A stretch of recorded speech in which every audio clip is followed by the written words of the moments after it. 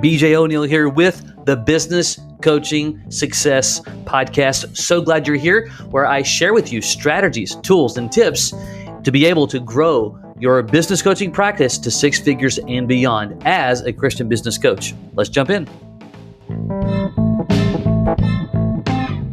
Hey, BJ O'Neill here with Business Coach Mastery with another episode of the Business Coaching Success Podcast called Playing the Long Game, building a future-proof business coaching practice as a Christian business coach. I'm going to share with you just the idea behind, the strategy behind long-term thinking.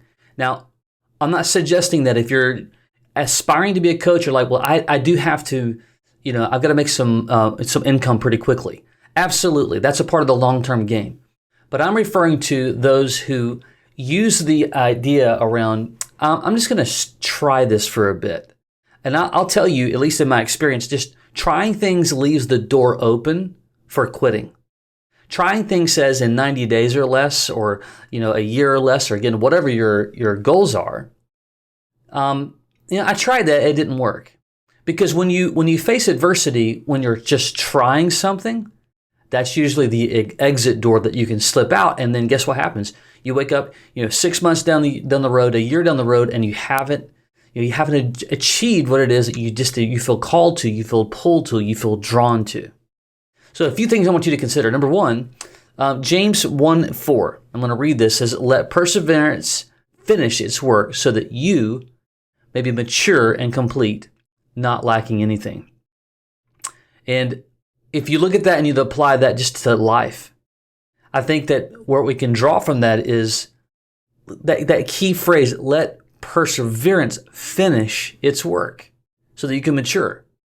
When it comes to just building a business, you could be growing a garden for all I care. There's just going to be the unknowns. You don't know what you don't know, and there's certainly going to be unforeseen challenges that, some are going to be accidental results from your decisions, and some will have there's nothing you can do to avoid them. And I believe that Scripture just says that perseverance is going to help you build who you are so that you can really invest into the lives of others in a very, very deep, authentic, unique way. Okay? So let's kind of dive in. So number one, patience is profitable. I want you to write that down. I want you to really ponder that. Even after this episode, I want you to really consider that term. Patience is profitable. What do I mean by that? I think it's pretty, evident in our culture and society today. I think more than ever before, we have a culture that stands in front of the microwave and says, I wish that this would go faster. Meaning that we're just wanting the instant gratification so quickly that we don't even value growth. We don't even value the purpose of patience. Patience is a virtue. We know this, right? It is a God-given gift to us. But my challenge in a good way, my encouragement, I'll say it that way, is where are you and where am I really exercising patience as we're growing what it is that we feel called and drawn to do? And so when it comes to decision making, when it comes to long-term planning, we must be thoughtful about our moves. We must be thoughtful about what it is that we want to do. We must be aware that some of the things that we're going to do is going to require not only patience, but a level of patience that we may not even have yet, that we're going to have to pray for and ask God to guide us to achieve. And so you want to avoid, in a way to embrace patience, I should say, is to avoid the shiny object syndrome. What I mean by that is, let's say that, you want to, all right, I want to earn, for my family, I need to earn, $150,000 a year. All right. Patience says, I'm going to give myself X amount of time to do that. And that timing is going to be different based on everyone's,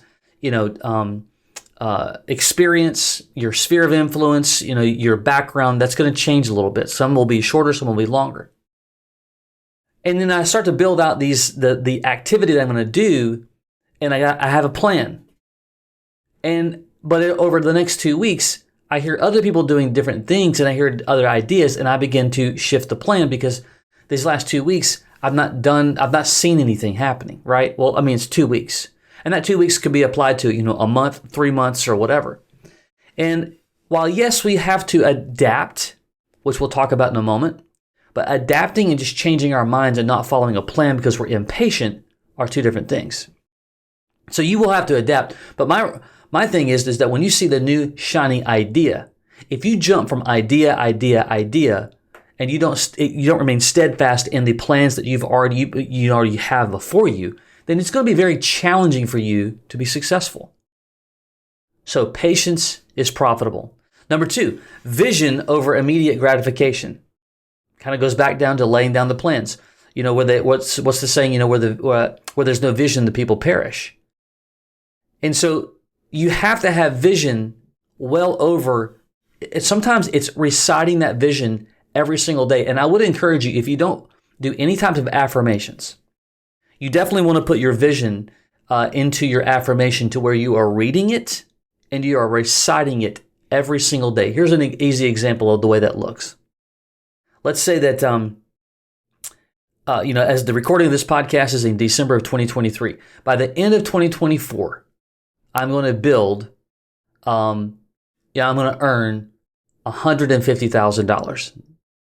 All right. How many clients that's going to equate based upon what you're going to charge? $150,000. The reason why you set that vision up and every day you look at that vision and you read that vision is because the more that you read it, the more you say it out loud to yourself. Number 1, you're going to believe it more. Number 2, it's going to get embranded into your brain and it's going to literally begin to program your mind to be conscious of the activity that's needed in spite of the ups and the downs to achieve the 150 grand. God created you, God created me, and He created the way that we're wired. What we feed ourselves every single day is what we're going to be very focused on. And so if you're not overly focused on the activity of your vision, you're going to fall prey to the immediate gratification of other things. Immediate gratification, by the way, is things like wasting your time. Wasting your time on watching, too much social media, watching television, too much sports. Hello, that's me. I love sports. And there's plenty of time because that gives you an immediate, that immediate dopamine hit because it feels good in the moment, but it can pull you away from your vision. Secondly, there's a pitfall of short-term thinking, meaning through immediate gratification. If I'm not seeing enough activity by X, then this is not worth it. Well, you have to verify, number 1, that you're realistic in your vision, and sometimes we're not. And one of the things I love about, when we talk about goal setting is if you follow the ideas behind guys like Grant Cardone and the whole 10X idea, people misunderstand, in my view, a lot of people do, the whole, that's just overworking yourself. And it's like, well, in this case, if you set a goal, if you need $150,000 and you set a goal for $200,000 a year and you fall short, and that $200,000, by the way, is a stretch goal, which is what like the whole idea behind 10X. If that 10X is a stretch goal for 200 grand and you fall short of that and you get to 150 grand, would you rather do that or set a more, in quotations, just conservative, even call it realistic goal of 150 and fall short of that and only hit 130? Which goal do you want to fall short of? And remember, goal setting, I think, at least in my perspective, and you choose you, but goal setting done correctly, you're doing great if you hit about 80% of your goals. You can go look that up and study it. No one just hits 100% of everything. That's why you want to set stretch goals. That's the whole point. Because when you're achieving that stretch, you're going to do more than what you typically, probably, usually do. Okay? And then you want to certainly align your actions and your activities to your vision. So if your stretch goal, you need 150, your stretch goal is 200,000, you want to align your activity and your vision to that 200,000. This is where you're spending time building relationships. Maybe you're going to networking events, or you're doing workshops, or you're sitting down with your sphere of influence. Whatever the activity looks like regarding, getting clients, serving your clients, helping your clients, getting connected to your community, whatever that looks like. You got to make sure you align your actions and your activity every single day. Typically, you're going to only be able to get to 3 to 5 activities every day that matter. There's going to be plenty of interruptions and plenty of mindless things that you're going to drift into just because we're humans. You got to be successful in setting 3 to 5 activities that move you to your vision. The third thing, resilience through the ups and downs. You must embrace challenges as you grow. Resilience is a real thing. Rather than, I wish that wouldn't happen. And look, we all go through this. I go through this all the time. There's going to be things that you're going to be hit with that you cannot control. You can only control how you respond. And that, my friends, is a choice. You do have the power to choose. I didn't say it was fun. I didn't say it was easy. I didn't say it wasn't frustrating. But that frustration level and the anxiety absolutely comes down when we embrace resilience. Now, when I say that we're embracing, what I'm in my opinion, what we're saying is, clearly my preference is that I not have, but have resilient or have challenges. Except for, think about, how do you really grow? How do you really achieve what it is that you're looking to achieve if you don't expect something to pushes you, because you learn so much through the challenge? I've spent more than a decade in learning digital marketing. And, that's all kinds of things, from how to do email marketing, funnels, paid traffic, all that. Well, I know most of what I know today because of the challenges that I've gone through for 10 years. It's just not knowing the thing 1, 2, 3. It's understanding that I'm willing to accept a challenge because it's going to make me better and help me make better decisions down the road, and to be able to adapt when I see this kind of challenge again. Building a resilient mindset is important. Paul talks about this all the time, and I would encourage you, as somebody, as a man of faith, as a person of faith, as an individual who is a follower of Christ, and you're looking to build a successful business, especially a coaching practice, there's no other better, in my opinion, reference than Paul himself. And when you think about how he encouraged the early church, and he did it where? In prison. That should be such an encouragement to you and I. I've never been in trouble with the law of any kind. You probably haven't either. I can't imagine having the fortitude, especially back then. There was no internet. There was no Google, how should I think positively? He is the absolute poster child of positivity and strong biblical mindset of resilience. And I would encourage you to have an appetite for a lifelong goal. I don't care how old you are, for as long as you remain on this earth, to have a goal to achieve the type of mental fortitude that Paul taught, that is, the early church. Because I believe that's what's required to build a long-term successful business, whatever that word success means for you, and it's different for everyone. The last thought, having a continuous learning and adaptation for growth. And that means that, you think about it. Think about how much experience you have right now. Think about what you've gone through, your history, your background, and just be open-minded for the moment to think about how much you still don't know. Isn't that crazy? Every day presents itself to learn. You can learn from people. You can learn from opportunities. You can learn from clients. You can learn from prospects. Certainly, you can learn from reading, listening to podcasts. You're doing that right now, and so on. But my bigger question to you is, as a part of your long-term planning, is it a part of your plan to learn? Meaning, I'm gonna read, X amount of books this year. And I'm not saying that quantity is the holy grail. I know a lot of guys, you may be doing this, which is awesome.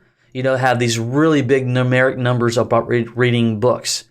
I can't read that fast, but bigger than that, I spend a lot of time transcribing the notes that I do get from books and putting it into learning. And I would just encourage you to think a little bit about that, is that don't just read the book and listen to the podcast and listen to the audiobook. You need to put that into note form to where you can figure out what action items that you can implement based upon what you're learning. Otherwise, you're just consuming a lot of content that never finds its way to the activity that's connected to your vision.